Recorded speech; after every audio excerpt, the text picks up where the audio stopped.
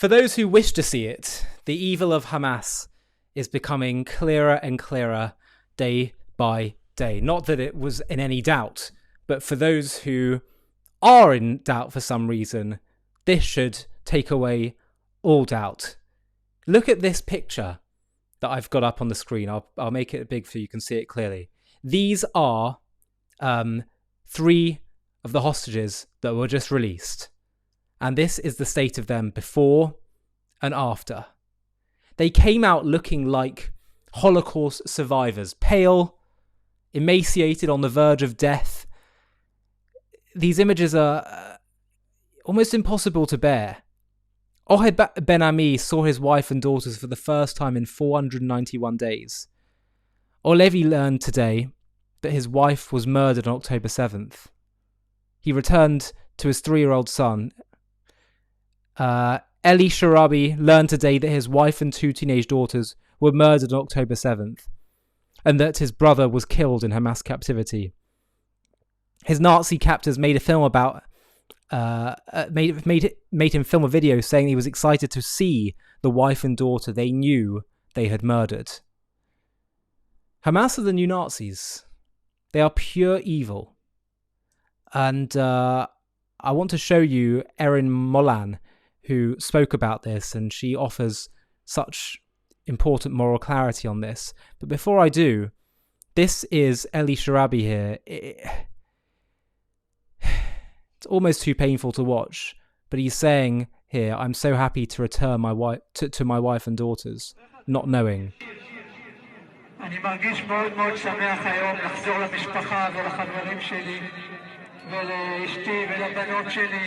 Looking forward to seeing his wife and daughters is what he's saying. Looking forward to seeing my family and friends. He doesn't know that Hamas had already murdered his wife and 2 teen daughters. I mean, can you imagine? He's already been through so much hell, and then to go out and to discover that, it's just too painful to bear. And this, on the other hand, these are moral equivalents who we're trading in for our innocent brothers and sisters. Palestinian terrorists. This is a Palestinian terrorist prisoner who was just released from Israeli jail in exchange for these hostages. Look.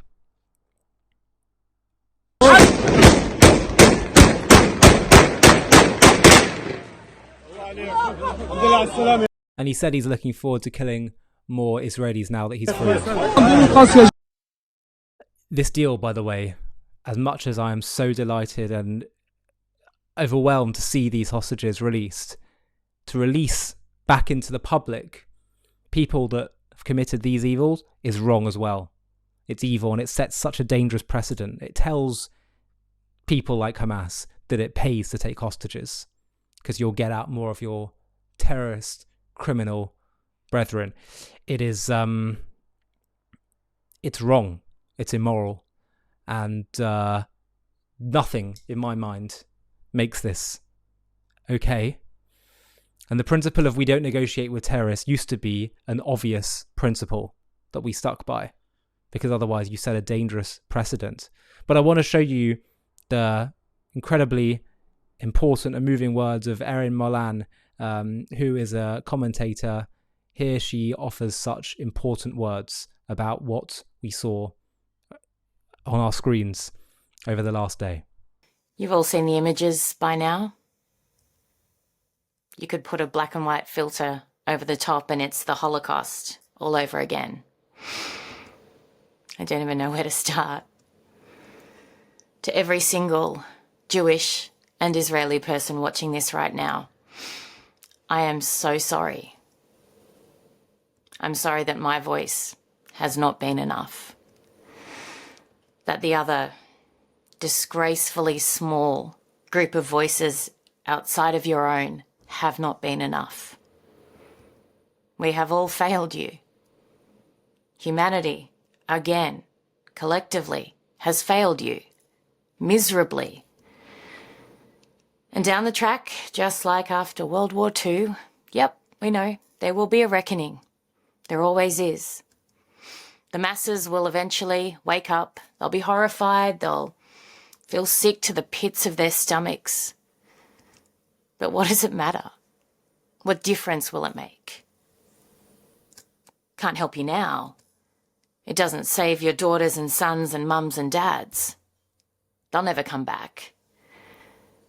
And by the time you manage to muster, and I don't know how you do it, but by the time you manage to muster the unimaginable strength to just be a tiny bit okay, to recover in whatever way you can from the atrocities of the past year and a half, you do so knowing that if something like the Holocaust wasn't enough to stop October 7 from happening, not just that day, but the even worse events afterwards, then how the hell will October 7 be enough to stop the next one? Terrorists are terrorists. We all know who they are, what they look like, what they do. You can define it, you can see it, you can explain it. But how do you come to terms with the fact that they aren't lone wolves in their evil? That there is this massive army behind them who don't wear a green bandana, who look just like you and I, who purport to care for the lives of all except you, who pretend to be human rights activists and feminists. What do those words even mean anymore? Nothing. Who march for murderers whilst they murder your people. How do you break it to your babies? How do you look your children in the eye and tell them that the vast majority of the world does not care about them? In fact, that's too light. Hates them, detests them, doesn't see them as human. I wouldn't know how to. So to every person, and you've seen these images, who has accused Israel of starvation. Starvation is those three men on stage, not the cowards in masks and crowds cheering their horror.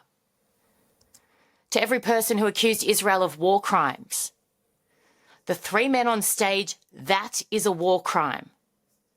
Not the attempt to protect your people from repeated massacres and free them from captivity. To every person who spoke only of the suffering of children in Gaza and directed your faux outrage at it toward Israel. What about the children of those three men on stage? Ellie's two daughters were brutally murdered. Or's baby's mum was killed whilst he rotted in a tunnel. And Ohad's three children have lived an unimaginable nightmare for hundreds of days. You think these hostages and families don't still have hell on earth to live? You think it's over? It's not. Dad won't be the same anymore. He never will be. Like, how do you come to terms with what he's just gone through? People who go through far less trauma are affected for life. That's a reality. Their relationships suffer, they suffer, the people they love suffer, the people who love them suffer. It's a life sentence. And again, for the record, Hamas has caused every single second of suffering endured by Palestinians and Israelis alike, every single second. To the repeat offender media outlets, you are, and I'm so sick of this word, but there ain't no better one, you are disgraceful. Your coverage of this release and the horrors since October 7 is criminal.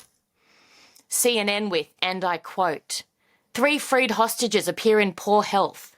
Many Palestinian prisoners freed by Israel have also seemed emaciated upon release. I mean, is that a sick joke? Who is writing that rubbish? There is no comparison. Not in degree of emaciation nor equivalence of captives. This is so crazy. You are all crazy. The prisoners released by Israel are terrorists, they're killers, they're rapists. The hostages released by Hamas are innocent. They have not bombed buses or blown up babies. Like, there's no grey here. It's not complex. There's no context. The BBC with the headline, Free Israeli Hostage Looks Gaunt. British family says, are you kidding? No, they are gaunt. In fact, far worse, they are barely alive. You can say it. It's not an opinion, it is fact. The British broadcaster's correspondent spoke of how precious the hostages were to Hamas, giving the terrorists credit for saving their lives. I mean, US aid were funding this? Oh no, sorry. Clarification, just the BBC's charity arm, they say. So different, I'm sure, no doubt. Whose mission statement, by the way, includes supporting people all over the globe who are most in need. Well, I saw 3 blokes this morning who looked pretty needy, who you don't seem to give 2 hoots about. And speaking of, the Red Cross. Shaking hands, signing fake forms like D-grade Hollywood actors. And they took to X this morning, the Red Cross, their official site on X, to brag about bringing the hostages home safely. Are you serious? You did not visit them once. They are barely breathing. They are skeletal. You drove a car. That is it. You did nothing. You did nothing. When Netanyahu tried to say, hey, maybe pressure them, you said, oh no, that won't work. We're not going to try, but that won't work. You are disgraceful. The world is a disgrace. In summary, the world is a disgrace. And when everyone wakes up, it will all be too late. And then we'll just repeat the whole thing over and over and over again. And no, this is not defeatist. I'm not giving up. I'm not stopping. No chance in hell. And I know enough about the Jewish people now to know that they won't either. But my gosh, this is getting so old. So old. Hi, thank you so much for watching. To watch another one, click here. To stay up to date with all our content, click here to subscribe. And if you're able to, you can help support JTV to grow and grow by clicking join below this video, where you can become a member and get perks including early access to videos and private live discussions with me. But most of all, you'll be partnering with us on our mission to change the world.